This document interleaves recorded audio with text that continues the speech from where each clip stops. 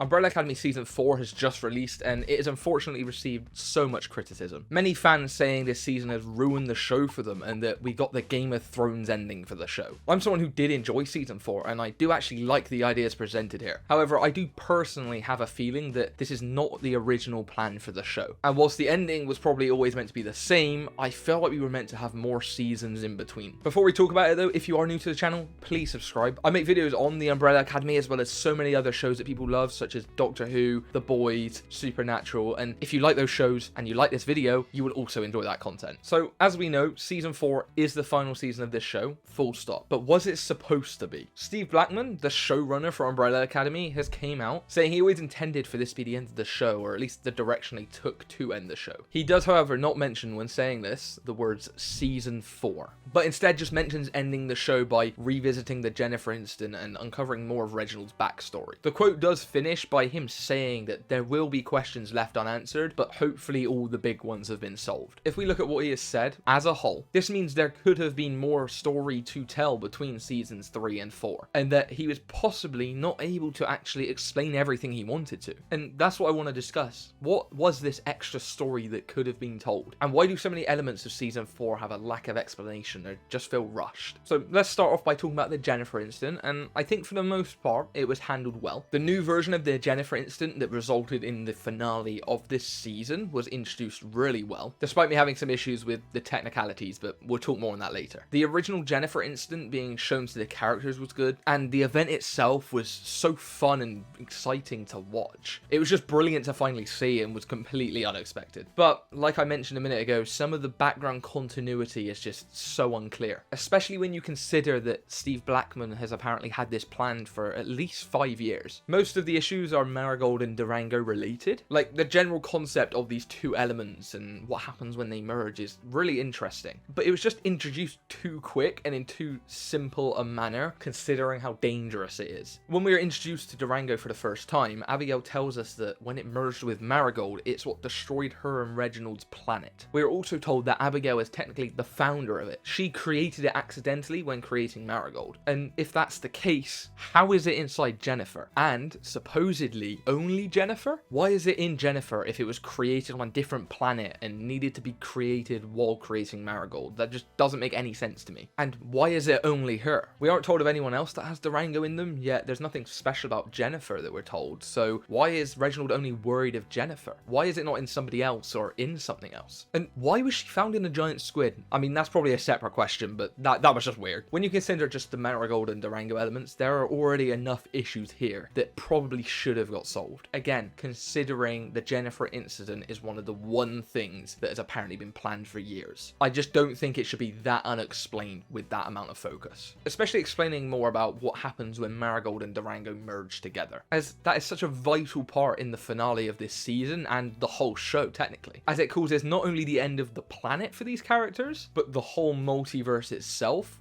while still somehow saving one of the timelines in the multiverse. To me, that is just too big a leap in logic of what we've been presented by Abigail earlier this season. I personally think the idea of this anti-Marigold element is quite interesting, and could have easily carried a whole season of the show along with the Jennifer incident. Having a season to explore not only the Jennifer incident, but the origin and effect of Durango itself, and why it caused Reginald to leave his home planet, would have built such a foundation of these elements for a potential 5th season, while still being fun and exciting and giving us answers to questions we didn't have. You could have had this as a season 4 without the Bennifer Beast or the multiversal sacrifice of the Umbrella Academy, and instead save those concepts for the next season, season 5, and use that in combination with that multiversal railway, because that was underutilized in itself. To me, there seemed to be a divide between those two plots this season, in the fact that the Jennifer incident and the multiverse railway side just never really merged, other than the fact that the Keepers were finding items from different timelines, and that they also wanted Jennifer because she's from another timeline. That was the only connection. This rough outline for a hypothetical season I proposed to you, I think probably would have worked, and I might have preferred that as a natural progression. Like I just stated, the multiversal railway is sorely underutilized, and it was really annoying that only 5 in Lila knew of its existence. There's so much you could do with that. I did mention this more in my review that I made just the other day of season 4, so if you haven't seen that, click the card up there. I'm sure you'll enjoy it. Having that explored more whilst giving the show more time to come up with a better answer as to how their death in this universe unwinds the multiverse and stops it from existing would just be tons better in my eyes. Also, this would allow Steve Blackman to explore Reginald's backstory even more. We have not touched on Reginald much in this video yet, but his backstory was meant to have been touched on this season, according to Steve Blackman. Did that really happen though? I guess a little bit. I could probably argue that we got more backstory for some of the other characters than we did Reginald, even when he was meant to be the focus. We did get the scene of him being shown to kill Ben and Jennifer in that original Jennifer incident, but that is basically it. That is technically revealing his backstory, but that can't be the ultimate revelation Steve Blackman had planned, as all that was is recontextualizing an event that we've already heard of multiple times. I can imagine you might be confused as to why I haven't said the Marigold and Durango reveal wasn't part of Reginald's backstory, as technically we learned that that is what caused his planet's destruction. But the reason why I haven't brought it up is because I feel like we already knew his planet was destroyed, and knowing it was Durango and Marigold really doesn't do anything for me. The craziest part for me is that there is so much we still do not know about Reginald Hargreaves, but everything we learned about him in this season was deemed the most important answers. Some of the questions I still have about Reginald, for example, are: why did he kill himself in season 1? His suicide seems to fully go against his plans of returning his wife from the dead. Also,